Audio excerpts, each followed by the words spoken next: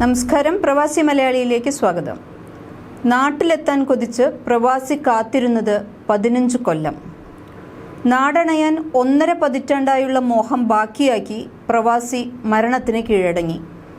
1979 മുതൽ പ്രവാസിയായിരുന്ന വേണുഗോപാലപിള്ള 2008 നാട്ടിൽ നിന്ന് അവധി കഴിഞ്ഞ് തിരിച്ചെത്തിയതിനു ശേഷം പിന്നീട് കുടുംബവുമായി ബന്ധമില്ലാതെ കാലങ്ങൾ കടന്നുപോവുകയായിരുന്നു. ഈ കാലങ്ങളിലെല്ലാം ബന്ധുക്കൾ ഇദ്ദേഹത്തെ അന്വേഷിച്ചിരുന്നുവെങ്കിലും കണ്ടെത്താനായില്ല. 1.5 പതിറ്റാണ്ടത്തെ നാടണയാനുള്ള മോഹം ബാക്കിയാക്കി വേണുഗോപാലപിള്ള ഇപ്പോൾ മരണത്തിന് കീഴടങ്ങിയിരിക്കുകയാണ്. പത്തനംതിട്ട കോഴഞ്ചേരി സ്വദേശി മേലെ വീട്ടിൽ വേണുഗോപാലപിള്ള എന്ന ഈ 68-കാരൻ റിയാദിലെ കിങ് ഫഹദ് ആശുപത്രിയിലാണ് ചൊവ്വാഴ്ച പുലർച്ചെ 1 മണിയോടെ മരിച്ചത്. മൃതദേഹം നാട്ടിലേക്ക് അയക്കാനുള്ള നടപടികൾ പുരോഗമിക്കുകയാണ്. 1979 മുതൽ പ്രവാസിയായിരുന്നു ഇദ്ദേഹം. 2008 അവസാനമായി നാട്ടിലേക്ക് പോയത്. അവധി കഴിഞ്ഞ് നാട്ടിൽ നിന്ന് തിരിച്ചെത്തിയെങ്കിലും പിന്നീട് ഒരിക്കൽ പോലും കുടുംബത്തെ ബന്ധപ്പെട്ടിട്ടില്ല എന്ന് പറയുന്നു.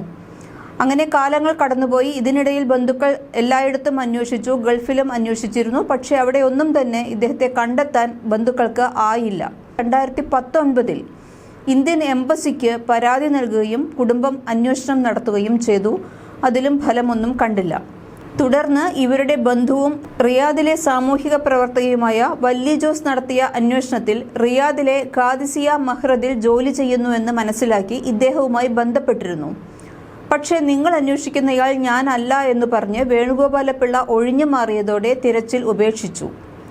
പിന്നീട് വാർദ്ധക്യ സഹജമായ അസുഖത്തോടൊപ്പം ഉദരാർബുദവും പിടികൂടി അവശനായപ്പോഴാണ് കഴിഞ്ഞ വർഷം ഡിസംബറിൽ ഇദ്ദേഹത്തിന്റെ സ്പോൺസർ വല്ലി ജോസിനെ വീണ്ടും ബന്ധപ്പെടുകയും ആശുപത്രിയിൽ പ്രവേശിപ്പിക്കുകയും ചെയ്തു. പിന്നീട് ഇദ്ദേഹം കുടുംബവുമായി ബന്ധപ്പെടാൻ തയ്യാറായി നാട്ടിൽ തുടർ ചികിത്സയ്ക്ക് സൗകര്യമൊരുക്കി യാത്രയ്ക്കൊരുങ്ങിയപ്പോഴാണ് വീണ്ടും ആശുപത്രിയിലായത്.